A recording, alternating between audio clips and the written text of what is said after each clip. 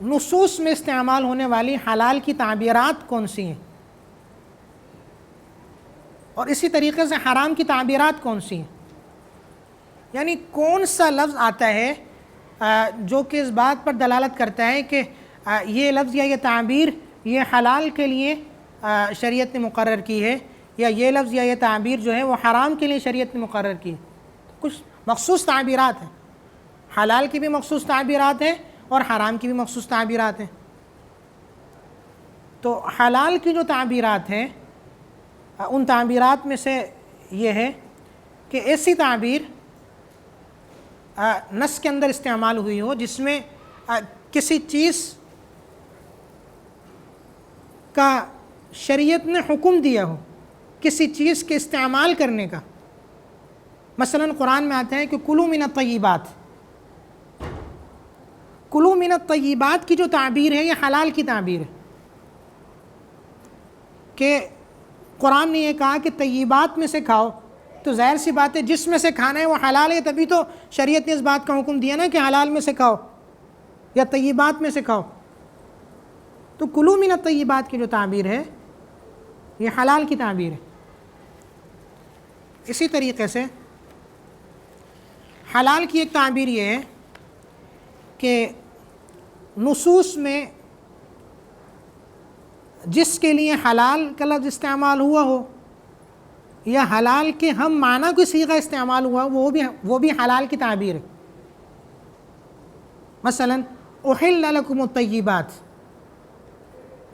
یہاں جو مادہ استعمال ہوا ہے وہی احل ہے، وہی حلال کا مادہ ہے۔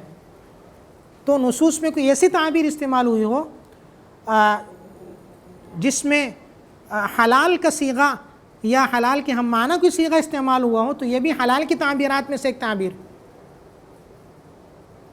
اسی طریقے سے نصوص میں جس کے لیے فرض یا واجب کا صیغہ استعمال ہوا ہو تو اس کا مطلب بھی ہے کہ یہ کام کرنے کا ہے اور لازم ہے۔ تو اس سے بھی پتہ چلتا ہے کہ جب ایک کام کرنے کا ہے اور لازم ہے تو مطلب یہ حلال کی تعبیر ہے کہ وہ کام حلال ہے، حرام تو نہیں ہے۔ جیسے قرآن میں آتا ہے کہ کتب علیکم اذا حضر احدکم الموت ان ترک خیرا الوصیۃ للوالدین۔ تو یہ کتبہ کا جو صیغہ ہے یا کتب علیکم الصیام یہ فریضہ کے معنی میں آتا ہے، فرض یا واجب کے معنی میں استعمال ہوتا ہے، مطلب کہ یہ چیز لازم کر دی گئی ہے۔ تو یہ جو صیغے ہیں یا اس قسم کی جو تعبیرات ہیں یہ بھی حلال کی تعبیرات ہیں، کرنے کے کام ہیں، چھوڑنے کے کام نہیں۔ اسی طریقے سے حلال کی تعبیرات میں سے ایک تعبیر یہ ہے کہ جس کے حلال ہونے کی شریعت نے خبر دی ہو، نص میں جس کے حلال ہونے کی خبر آئی ہو۔ جیسے قرآن میں آتا ہے نا لِمَ تُحَرِّمُ مَا أَحَلَّ اللَّهُ لَكَ، یہاں حکم نہیں دیا گیا کہ آپ اس کو استعمال کرو یا اس چیز کو کھاؤ، لیکن تعبیر ایسے استعمال کی گئی ہے جس سے یہ پتہ چلتا ہے اور جس سے یہ خبر ملتی ہے کہ یہ چیز حلال ہے، کہ لِمَ تُحَرِّمُ مَا أَحَلَّ اللَّهُ لَكَ، آپ کیوں حرام قرار دیتے ہیں ایسی چیز کو جس سے اللہ نے آپ کے لیے حلال قرار دیا ہے۔ تو حلال قرار دیا ہے اگرچہ یہ صیغہ امر تو نہیں ہے لیکن حلال کی تعبیرات میں سے ایک تعبیر ہے۔ اسی طریقے سے حلال کی تعبیرات میں سے ایک تعبیر یہ بھی ہے کہ ایسی کوئی تعبیر استعمال کی گئی ہو جس سے متعلق جس میں ترغیب دی گئی ہو، جس میں ترغیب دی گئی ہو کہ ایسا کرو، تو جب ترغیب دی گئی تو ظاہر سی بات ہے وہ کام حرام تو نہیں ہوگا۔ اس کی ایک واضح سی مثال فَانْكِحُوا مَا طَابَ لَكُم مِّنَ النِّسَاءِ مَثْنَىٰ وَثُلَاثَ وَرُبَاعَ، کہ شریعت نے اس چیز کی ترغیب دی ہے۔ جب ترغیب دی ہے تو اگرچہ حلال کا صیغہ استعمال نہیں ہوا یا کوئی اور ایسا لفظ استعمال نہیں ہوا، لیکن چونکہ ترغیب ہے تو ترغیب ایسی بات کی دی جاتی ہے کہ جو کرنے کا کام ہو، چھوڑنے کا کام نہ ہو۔ اسی طریقے سے جس پر گناہ نہ ہونے کا بیان ہو، نص کے اندر کوئی ایسی تعبیر استعمال کی جائے کہ جس میں یہ ہو کہ اگر ایسا کرو گے تو کوئی گناہ نہیں ہے، جب گناہ نہیں ہے تو یہ بھی حلال کی تعبیر ہے. جیسے فمن تعجل فی یومین فلا اثم علیہ ومن تاخر فلا اثم علیہ لمن اتقى. تو فلا اثم علیہ کیا مطلب کہ اس پر کوئی گناہ نہیں ہے. اب گناہ نہیں ہے تو مطلب یہ ہے کہ وہ کام کر سکتا ہے. یہ بھی حلال کی تعبیرات میں سے ایک تعبیر ہے. اسی طریقے سے کوئی ایسی تعبیر استعمال کی گئی ہو کہ جس میں پہلے ایک چیز ممنوع ہو پھر اسے جائز قرار دے دیا گیا ہو. جیسے وَإِذَا حَلَلْتُمْ فَاصْطَادُوا، کہ حالت حرام کے اندر شکار کی اجازت نہیں تھی، پھر قرآن نے ایسی تعبیر استعمال کی کہ جب تم حلال ہو جاؤ، احرام کی حالت سے نکل جاؤ، فاصطادوا، تو پھر تم شکار کر سکتے ہو.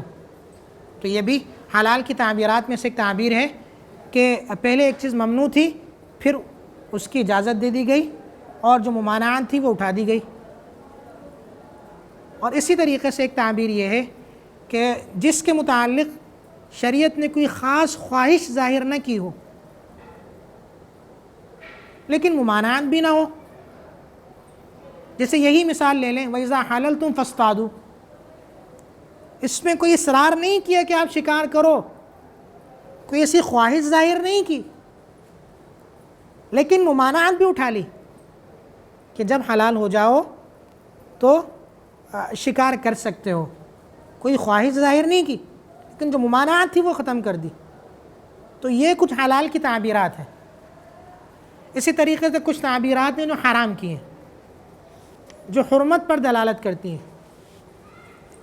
تو حرام کی تعبیرات میں سے پہلی تعبیر یہ ہے کہ کوئی ایسی تعبیر ہو جس میں حرام یا حرام سے مشتق کوئی لفظ استعمال کیا گیا ہو. جیسے قرآن میں ہے نا حرمت علیکم المیتۃ والدم ولحم الخنزیر، تو براہ راست حرام کا لفظ استعمال کیا گیا ہے. یا اگر حرام کا لفظ استعمال نہ کیا گیا ہو تو حرام سے مشتق کوئی لفظ آ جائے تو وہ بھی حرمت کی تعبیرات میں سے ایک تعبیر ہے. اور حرام کی دوسری تعبیر یہ ہے کہ جس کے حلال اور جائز نہ ہونے کی صراحت نص کے اندر آئی ہو. مثلا یا ایھا الذین آمنوا لا یحل لکم ان ترثوا النساء کرہا، حلال نہ ہونے کی واضح صراحت آئی ہے کہ لا یحل لکم ان ترثوا النساء کرہا. تو یہ بھی حرام کی تعبیرات میں سے ایک تعبیر ہے. اسی طریقے سے حرام کی تعبیرات میں سے ایک تعبیر یہ ہے کہ نہیں اور ممانعات کا صیغہ استعمال ہوا ہو، کہ براہ راست نہیں کا صیغہ استعمال کیا گیا ہو، براہ راست ممانعات کا صیغہ استعمال کر کے روکا گیا ہو. مثلا لا تقربوا الزنا یا لا تأکلوا الربا، تو براہ راست نہیں ہے، براہ راست ممانعات کا ایک صیغہ ہے. تو یہ بھی حرام کی تعبیرات میں سے ایک تعبیر ہے. اسی طریقے سے ایک تعبیر یہ ہے کہ نص میں کوئی ایسا جملہ استعمال ہوا ہو کہ جس میں کسی فعل کو گناہ قرار دیا گیا ہو. جیسے قل فیہما اسم کبیر ومنافع للناس فاسمہما اکبر من نفعہما، تو نص کے اندر ایسی تعبیر استعمال ہوئی ہے کہ کسی فعل کو براہ راست گناہ قرار دیا ہے. تو جو گناہ ہے ظاہر سی بات ہے وہ حرام کی تعبیر ہے، اس میں رکنا ہے، وہ کرنا نہیں ہے. اسی طریقے سے حرام کی تعبیرات میں سے ایک یہ ہے کہ صیغہ نہیں کے بجائے صراحتاً نہیں کا لفظ استعمال ہوا. ایسی تعبیر تو نہ ہو لا تأکلوا الربا، بلکہ براہ راست نہیں کا لفظ استعمال ہو. مثلا انما ینہاکم اللہ عن الذین قاتلوکم فی الدین واخرجوکم من دیارکم وظاہروا علی اخراجکم. تو اگرچہ نہیں کا صیغہ استعمال تو نہیں ہوا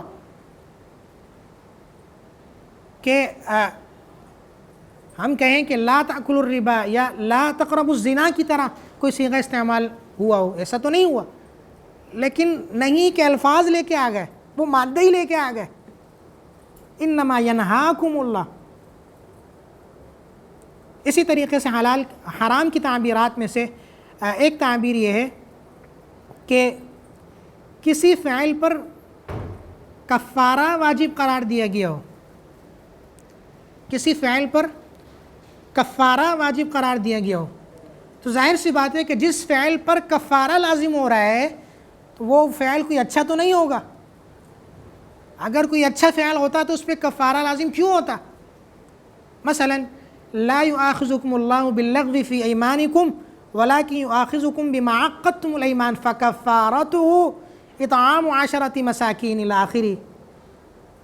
تو کفارہ جس چیز پر لازم ہے تو ظاہر سی بات ہے کہ وہ چیز نہ کرنے کی ہے، چھوڑنے کی ہے۔ تو یہ بھی حرام کی تعبیرات میں سے ایک تعبیر ہے۔ اسی طریقے سے حرام کی تعبیرات میں سے ایک تعبیر یہ ہے کہ کسی فعل پر عذاب اخروی کی دھمکی دی گئی ہو، کہ نص میں ایسی تعبیر استعمال ہوئی ہو کہ اگر فلاں کام کیا تو آخرت میں عذاب ہوگا۔ تو جس چیز پر عذاب ہوگا ظاہر سی بات ہے اس کام سے رکنا ہے۔ حرام کی تعبیرات میں سے ایک تعبیر ہے، مثلا فَلْيَحْذَرِ الَّذِينَ يُخَالِفُونَ عَنْ أَمْرِهِ أَن تُصِيبَهُمْ فِتْنَةٌ أَوْ يُصِيبَهُمْ عَذَابٌ أَلِيمٌ، کہ اگر یہ کام کیا تو آخرت میں پکڑ ہوگی، عذاب علیم کا سامنا کرنا پڑے گا، مطلب یہ ہے کہ اس کام سے رک جاؤ۔ اسی طریقے سے حرام کی تعبیرات میں سے ایک تعبیر یہ ہے کہ کسی فعل پر حد شرعی کا بیان ہو، جیسے السارق والسارقۃ فاقطعوا ایدیہما، حد شرعی کا بیان جب ایک چیز پر آ گیا تو اس کا مطلب یہ ہے کہ ایسا کام نہیں کرنے کا، اس کام سے بچنا ہے، سرقہ نہیں کرنا، یہ بھی حرام کی تعبیرات میں سے ایک تعبیر۔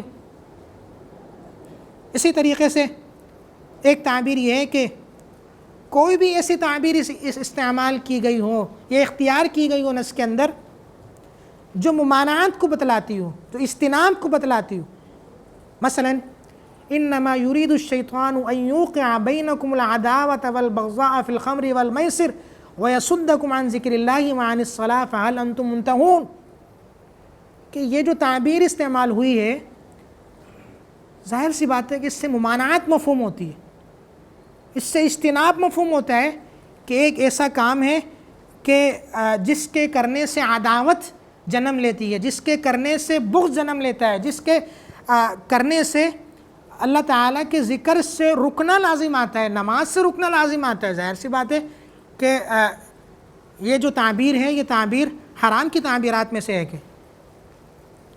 تو یہ کچھ تعبیرات تھیں حرام سے متعلق بھی اور حلال سے متعلق بھی جو نصوص کے اندر استعمال ہوئی۔